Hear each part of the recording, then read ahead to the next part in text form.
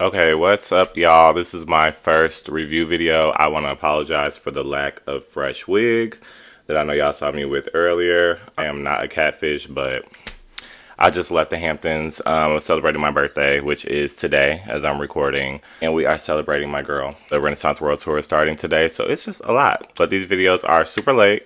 Obviously, Atlanta premiered on Sunday. And Summer House premiered on Sunday, and I'm making videos for both. But we're running late. And this hat gives, y'all probably see me in this a lot.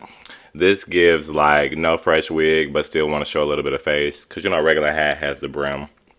It's like a brimless cap, whatever. Atlanta. So the premiere, I was super excited for the premiere. I think that Atlanta is one of those shows where obviously the last few seasons have been a little bit, I don't know, weird. And they've been trying to figure out casting.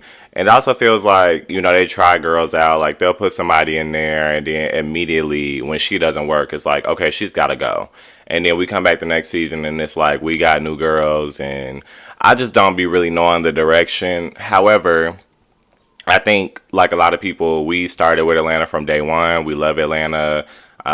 We love the girls. We love the, I guess, like the vibe of what Atlanta is known to be. So I just feel like there's always this excitement for Atlanta to come on, even though when it comes on, it's kind of like, what's going on, y'all?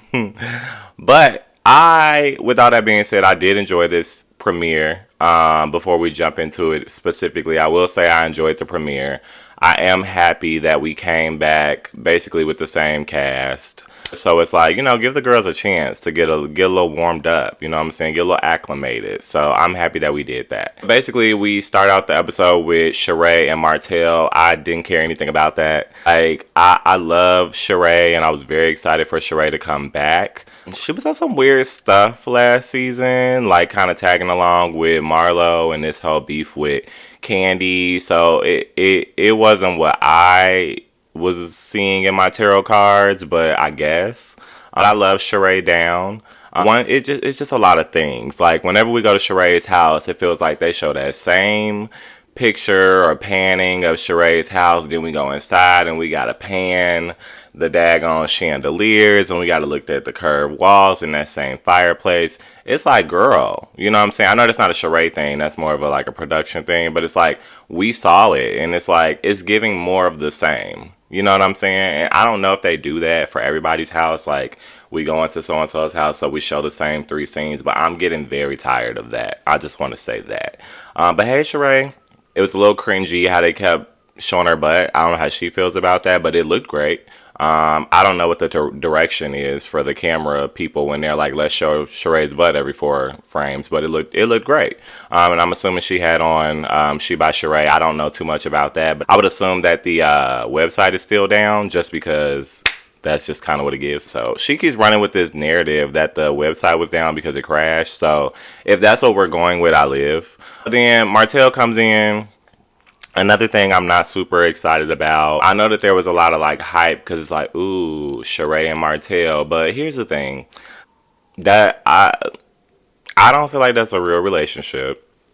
But also, I won't say that I don't feel like it's a relationship just for TV. Like, I don't think necessarily that Sheree and Martell were just like, oh, we can go on Atlanta, we can go on Love and Marriage. Like, I don't think that that was the sole thing. I think that it was a contributing factor. But I think it was kind of like we all date sometimes. Like, you see somebody, they're attractive, y'all look good together, and then it was also, hey, you do TV, I do TV, so it just works. I think it was a combination of the things. All that being said, I don't care. I'm not super wowed by that, but cool, awesome. I think a lot of people are also excited because they say like Martell is so fine.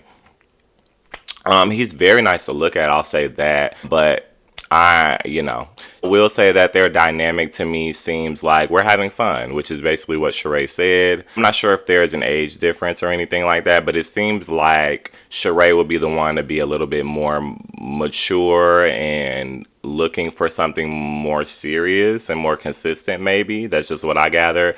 And Martell is more so kind of just like along for the ride. Then we get to my girl Candy. She was with Manietta, and then Kenya showed up a little bit later. I really enjoyed this. I think that Candy's kind of in her like Kiki bag now. Like sometimes Candy kind of play the back. But I don't think it's because she's like scared or anything like that. But we can get into that later. I think the girls feel like Candy doesn't bring anything because maybe not even scared, but I don't know. I think that they feel like Candy is holding back for some type of reason. What I think it is she just don't be really invested. Like that's not really her jam. Y'all not really her girls like that. But I do like that she's tapping in and kikiing a little bit more. So that was fun. Mayetta, she obviously came on and did a little disappointing last season. Because I think that was part of it. Like, we really wanted to see, obviously, once the fallout with, like, Candy and Phaedra and Portia happened, it just felt like Candy didn't have a friend on the show, and she was just kind of, like, a little more guarded. Obviously, she was cool with Kenya and Cynthia, but you know what I'm saying? Like, it wasn't the same ha ha ha he Candy that we would typically get. So I think that a lot of the girls were excited to see Mayetta because it was like that's one of Candy's girls. I don't know how close they are, but they still Kiki, you know, obviously. But last season we didn't really get that. Mayetta addressed that. And I liked her so much better already. Like, she really didn't even talk that much, even from the confessional. Like, when she did her confessional, and she was just like, you know, I know that that weird thing happened with Marlo, and I didn't necessarily stick up for Candy, and it came across a certain type of way. I apologize. That worked for me. I'm like, cool. Let's keep it moving. Like, I like that. Let's see what you bring this season. And I feel like from that saw so much more of her personality, and it didn't feel forced, and it didn't feel like, ooh, girl, let me pull it back together so that I can stay here on this show. So I like that. And like I said, I like the kiki she was having with Candy, even if it was at the expense of Martell, because I think that the whole Martell charade thing is a kiki. So I don't know why anybody would act like it's not. And then when Kenya came in, she obviously, you know, said her whole thing about how, well, you know, Martell was in my DMs. You know, she was responding to Candy and Mayetta talking about Martell having, I guess, been dating somebody in Atlanta, which wouldn't surprise anybody. Obviously, we have those girls out here like, he tried to talk to me. Like, you know what I'm saying? So I guess that does beg the question of, was Kenya trying to be one of those he tried to talk to me kind of girls? I think that there's a fine line there. I think that she was just kind of a part of the kiki, and I think that it was relevant because we're talking about Martell and other women. So I would probably feel differently if she just outwardly initiated it and she was like, well, Martell DM'd me and tried to talk to me or whatever. But that's not what happened. So I'm going to stand beside her. I'm sorry. We get more into Candy and Todd's whole thing because obviously she's opening up about her relationship with Todd. And I know that there's been a lot of talk about this, but it just always feels like Candy can't do enough for the viewers. Like, I don't really understand. And I was watching Speak on it the other day. Candy was basically saying, like, you know, what was she saying? She's like, they don't like the spoofs that I do, and they don't like the things that I do, blah, blah, blah. And the person behind camera that was kind of like producing her, I guess, were like, they don't like you. And I'm like, ting! Like, yeah, they just don't like you. Like, there's nothing that Candy can do that will be right. It is what it is. So I'm saying all that to say, this storyline, I think that Housewives has gotten to a weird place where, like, storylines became such a huge thing. Like, everybody's like, what's your storyline? What's your storyline? And I also feel as though there are certain housewives that don't need storylines necessarily, but you come in and you interact with the group and you have these interactions and you're just showing your reality. You know, I'm not necessarily looking for a storyline from everyone. However, I think that Candy does have a storyline without being intentional. Like, let me have a storyline. Like, I don't think Candy is somebody that necessarily needs one, but she does have one. Her storyline is and has always been her family life, her marriage being a topic of critique all the damn time, and then she likes to work. At the end of the day, like, that's just who she is. And I hate that people, you know, damn does she do, damn does she don't. Like, I hate that people are like, Candy's so boring and like she doesn't do anything, blah blah blah. But then when she's talking about her husband, and which is not, it's not great things. Like, it's like we're having conflict. Like, she's literally coming on here crying and saying, we're having conflict. My family says I'm not around enough. I work too much. You know, my man says I'm not around too much. That's real stuff. And people are like, oh, I'm bored. And it's just like, do you want her to be on the show or not? Like, do you want her to talk about her life or not? Because I thought that's why we were here. Like, I mean, I get it. I get having the opinion that she's boring. That's fine. There are several housewives on here. When we get to their scene, I'm like, I don't really care. I just told you about Sheree's. I just didn't really care. Like, when they started the episode, I was like, why are we at Sheree's house? Let's go somewhere else. And then let's circle back. I don't think it's an issue that Candy doesn't come in with the girls and beef with the girls. Like, and I think thinking of it from a practical standpoint, like she had that big blow up beef with Phaedra and Portia, so I think that made her be a little bit more secluded. And it's just like after you go through that, like why would you want to be on TV having huge conflicts? And even like going further back, red hair Candy when they had the slumber party stuff, and she got into that. Like, don't nobody want to be hooting and hollering on TV all the time. So if my real conflict in life is to say, hey y'all, I'm beefing with my man again this year, so are y'all. Like, that's relatable. Like, that's what happens. So I just don't know what the issue is. Kenya gets to talking to her about her new man. I think I had heard she had a new man. That's nice. I do really like Kenya, so I think that's great. I don't know. I think that I would prefer to see her Kiki a little bit more too.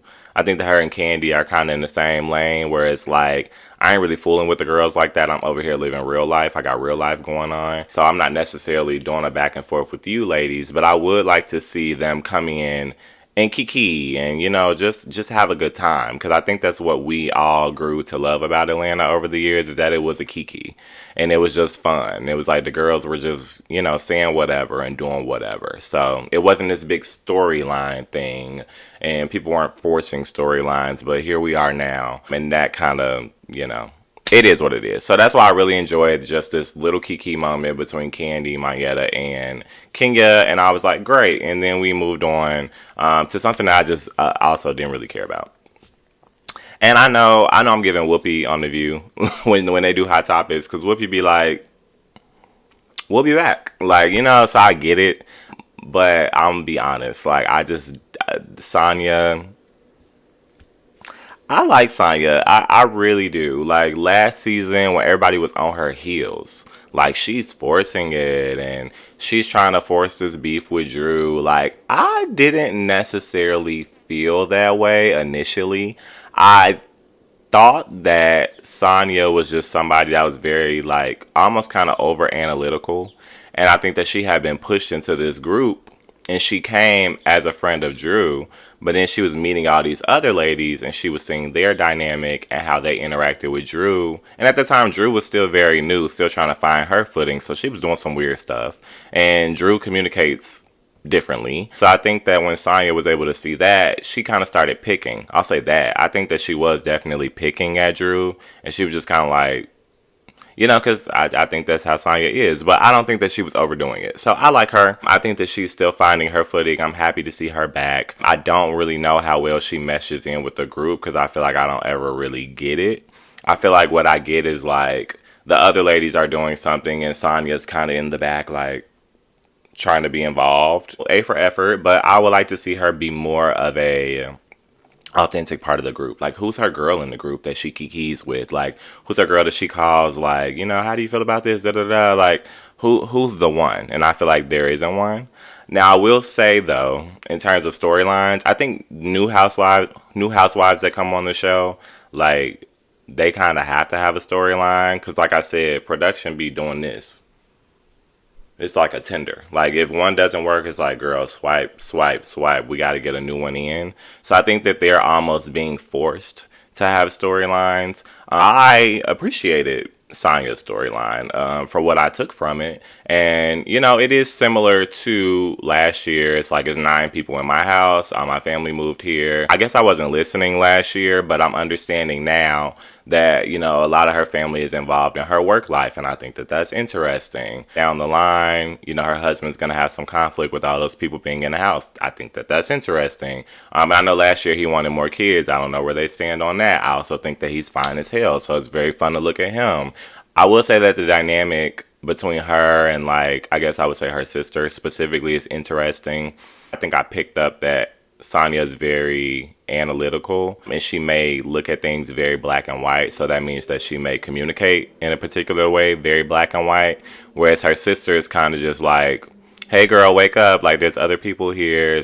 This isn't Sonya's world. So I think I'm getting a glimpse of that dynamic. I could be wrong, but that's what I saw. And I thought that that was interesting. I think her sister's beautiful and I think that she's funny. And I love that they gave her confessionals too. I wrote down Sonya's new storyline is interesting and unexpected. So we get down to Marlo. Oh, wait, I had another note about Sonya. I'm so tired of looking at Sonya's kitchen.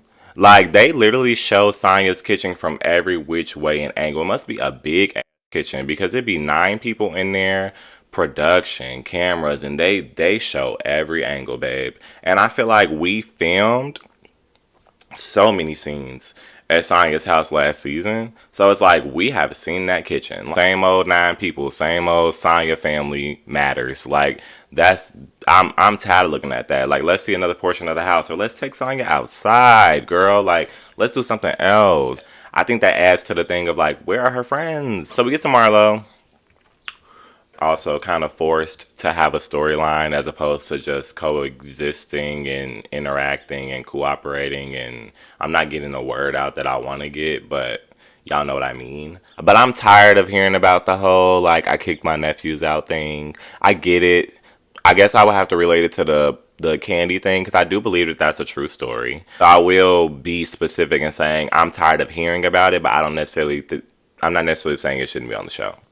I think it's because I don't know how authentic it is. I don't know how authentic Marlo is, to be honest. A lot of housewives, when they bring on like life coaches and therapists and like anger management and all that stuff, it's just like, how real is this? You know what I'm saying? Or are you just trying to like fill in a gap that was put into your persona last season? Because I feel like the whole kicking the nephews out thing put a big gap into Marlo, and I think Marlo came out very big and opinionated and worried about the wrong things last season. And I think she kept trying to trickle in like, oh, but I have my nephews too, and I really care about that, and I agree with that. But I just feel like I didn't get enough of her personality from that. I was more so getting messy Marlo. It does also feel like she was pulled down a little bit. Like there wasn't a lot of her in this premiere. Like they did that part. I very much so wasn't paying attention. I'm gonna be honest. And once they got to the group event, we were going through the thing with Tyrone. she was the comedic relief, which I lived for. Like, if she can do that, obviously she should talk and interact and do all of that stuff. But if we could just see background scenes of Marlo just looking crazy and getting into the mix and maybe spilling a little tea here and there, like, I would live for that because that's authentic and that's life. And we're used to stuff like that and we all have friends like that. I never said back.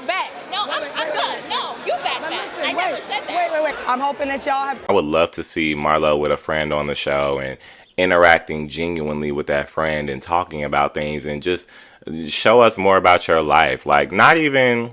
I think when you say that, people think like, I want to know what your blood type is, but it's like, no, girl. Like, hey, do you grocery shop on Sundays? Like, do you like to skate? Do you eat McDonald's? Like, what do you do? Like, show us something that you do that you enjoy. And I don't feel like we get any of that. I don't know. I feel like she's trying to piece together a story, and it's just like, I liked it better when Marlo was a friend. Not saying she should be a friend. I liked what Marlo was giving more when she was a friend. I think that she could have transferred that over to being a housewife and it would have been a seamless edit for me. Obviously, we would add in her nephews, but I don't think it needs to be such a forced thing. It's like, girl, live that life. We know your nephews are there. That's awesome. We love that. But I don't know. Like, yeah, I don't know. I want to first touch on the fact that Ralph was there without Drew. I feel like I was looking for Drew, not like desperately, but I feel like I was looking for Drew throughout the episode. I think just because we knew that the divorce is like a big topic this season. And I also have like the growth of Drew. Like her first season, I was kind of like, nah. And then last season, I was like, okay, it's making sense. Like, it didn't feel so much last season like she was trying to force a storyline. It really just felt like she was kind of there. And I appreciated that. Like, just like I'm saying I want from Marlo, it just kind of felt like she was a part of the group last season. Like, it was like, oh, Drew's here. Like, she's putting in her commentary, and I'm getting to see her personality, and we're getting to see Ralph, be Ralph, and we're getting to see her kind of like, wise up on that as well. It just felt more natural.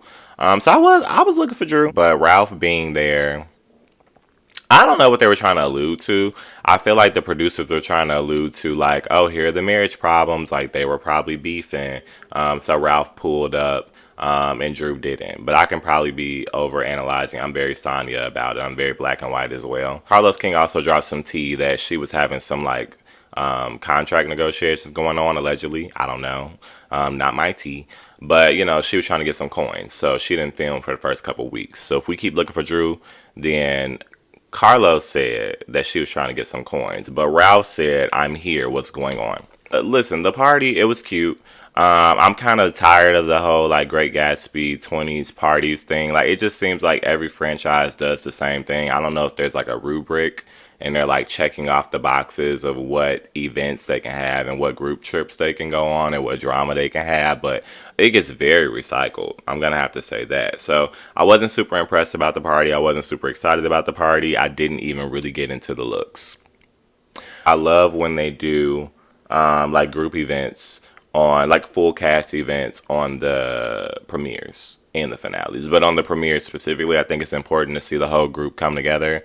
I love the whole formula of everybody basically individually what have the girls been up to, and then at the end let's get a group event going. So when Jersey did theirs though, Jersey did 2 group events in their premiere, and I thought that was more natural, and I thought it made more sense. It didn't feel like we're building up to this big drama at the group event at the end, and that's exactly what Atlanta was, which was kind of like, but I am glad that they got the like Martell and Kenya and Candy and Courtney stuff out the way immediately. Like, I'm sure we're going to touch on it more, obviously, but those 2 things have been hyped up so much. I'm so glad that we have touched on it and we can just keep on going, because I hate when they hype stuff up and that's like the premise of the season. Like, girl, ain't nobody trying to see that. But it was touched on. Like, basically, Monyetta, which I enjoyed, went up to Sheree and was just like, hey, girl, like, what's the tea? And Sheree's giving it back to her, like, girl, what's the tea? And she's like, I heard your man was out here. And she's like, yeah, where with who? He's been here for 3 days. With who? I haven't seen them. And she's like, well, girl, it's some girls out here. Okay, we'll call them over. Let's call Martell. Let's talk about it. So that was cute. I like moments like that, but I just don't care about that story. We all know, Sheree know, that Martell got other women around.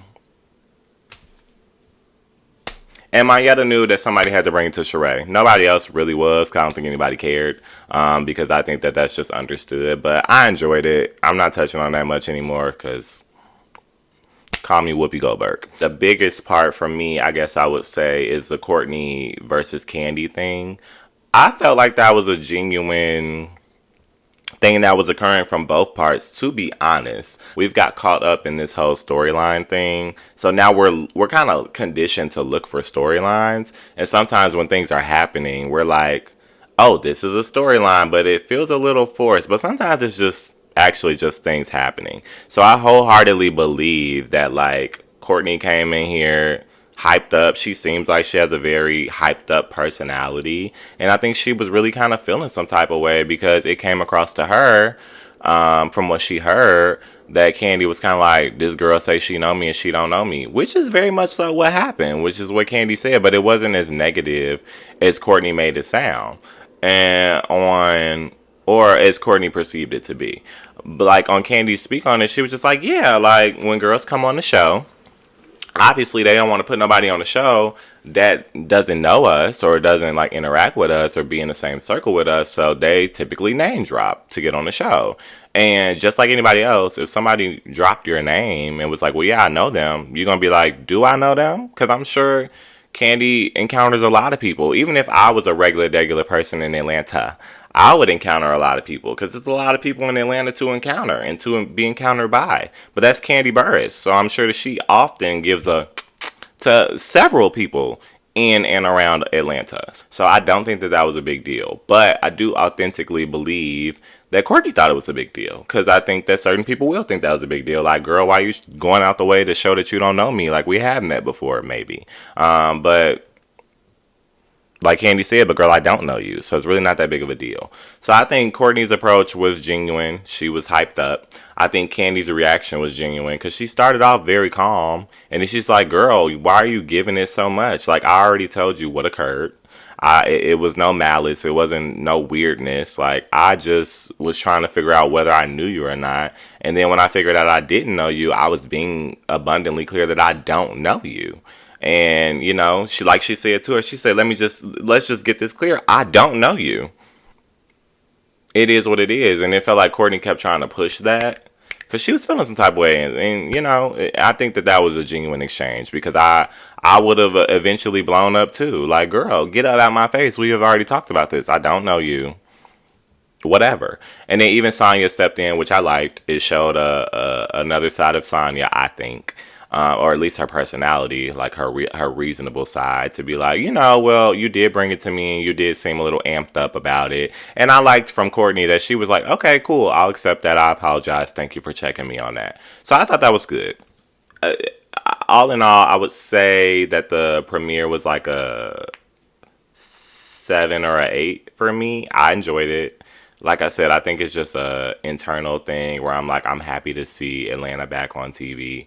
I'm happy that they didn't change up the cast too much. I'm happy Manyetta's back. I am excited to see what Courtney brings. Hopefully she's not being too amped up. But, I mean, if that's who she is and that's who she's going to be, I'm ready to see Drew pop up. I hope that those contract negotiations got a little better soon. Allegedly. I'm ready to see Candy Kiki some more. Like, I like that. Candy be on, speak on it, Kiki, and so girl, get up on that TV and Kiki. I'm excited to see that. So let me know what y'all thought about the episode down in the comments, and we'll be back next time.